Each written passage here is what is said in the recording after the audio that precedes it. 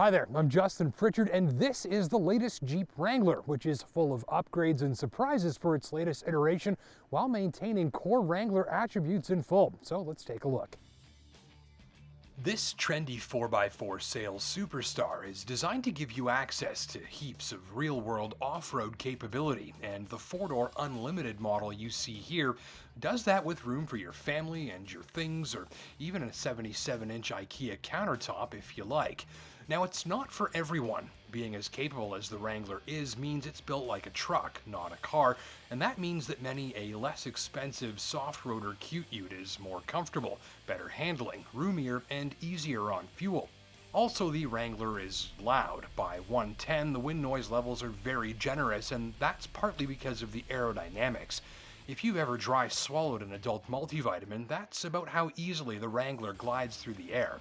So you pick the Wrangler if you're okay with the trade-offs and the wind noise and the higher relative price tag in exchange for a lot more capability and the instantly recognizable styling and the fact that it feels tough and durable on really nasty roads and not like you're going to break something.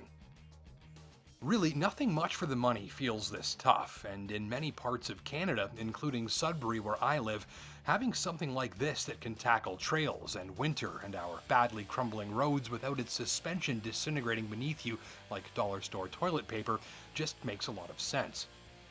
Plus, really, it is a nearly 300 horsepower all-wheel drive convertible with room for your family that's winter and off-road and adventure ready. And so that fun weekend family drop top you've probably been considering comes included. Just get ready to open your wallet though. This Unlimited Sahara loaded with options comes in at about 57 grand. Pricey, yes, but they're not having any trouble selling these things as fast as they can build them. So let's look at how, with Wrangler's recent overhaul and upgrades, this machine pulls its weight nicely towards that sticker price. This latest Wrangler rides better, steers better, looks better, has a much nicer interior that now really hits the mark, and comes with some great new features and technologies. The driving experience is improved. Steering feels more calibrated and dialed in. You're doing less work on the highway to keep it centered between the lines. The ratio and effort feel better matched to the suspension, and it just feels more tuned. The ride as well, it's still pure Jeep, tough, durable, and a little stiff and jiggly and truck-like. But now there's a little more softness dialed in around the edges, a little more honing of the suspension, and some additional fine-tuning is apparent.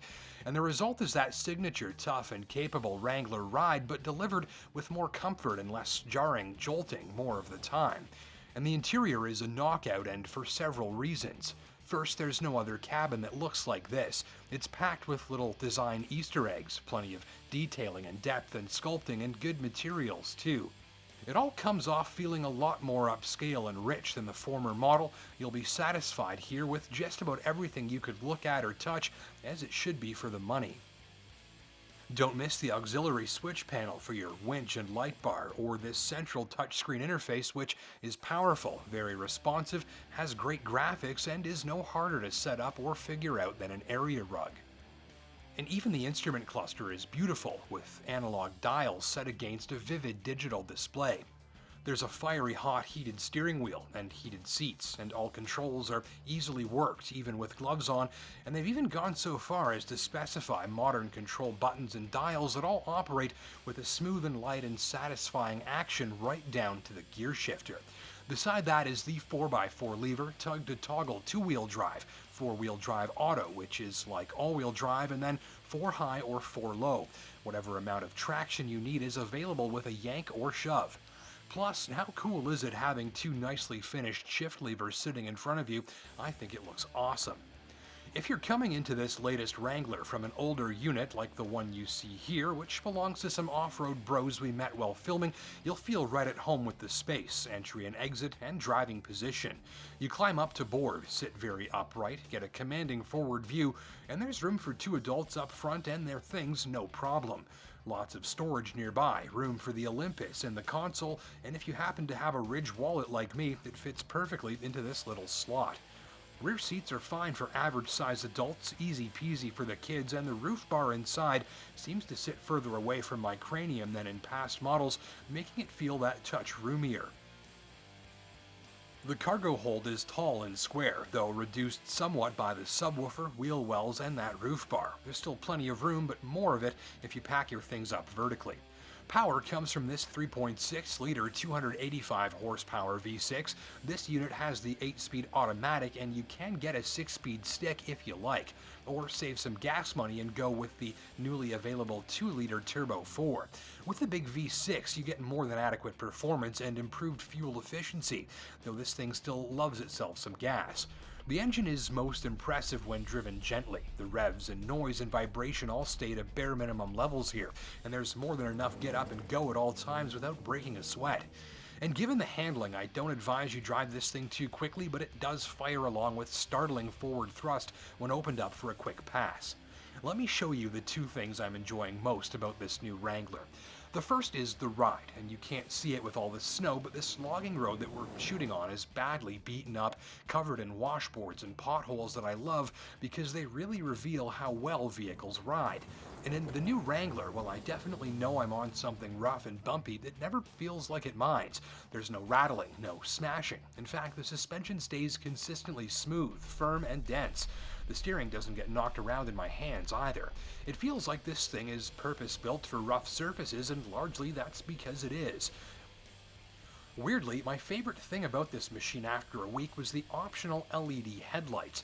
Now these are a $900 must-have option since their performance rivals a big dollar luxury SUV any day of the week. The color is bang on, and the peripheral lighting cast into tree lines and culverts beside the road is among the best I've ever seen. It's just one of several ways the technologies here just work really well. The backup camera is another example. Resolution and detail are on par with what I normally expect in something that costs a lot more money. So not necessarily a machine for every shopper or every budget, but if you're handing a sizable amount of money over to Jeep for one of these, it's nice knowing they've taken bigger steps than ever to make sure that you feel, in no uncertain terms, like you're getting your money's worth. Really, it's everything you might love about the Wrangler, but improved throughout. Just make sure you'll benefit from the capability, as you will be paying for it. And if you like something a little more purer and more modest, the two-door Wrangler Sport opens the bidding at $34,000. Thanks for watching.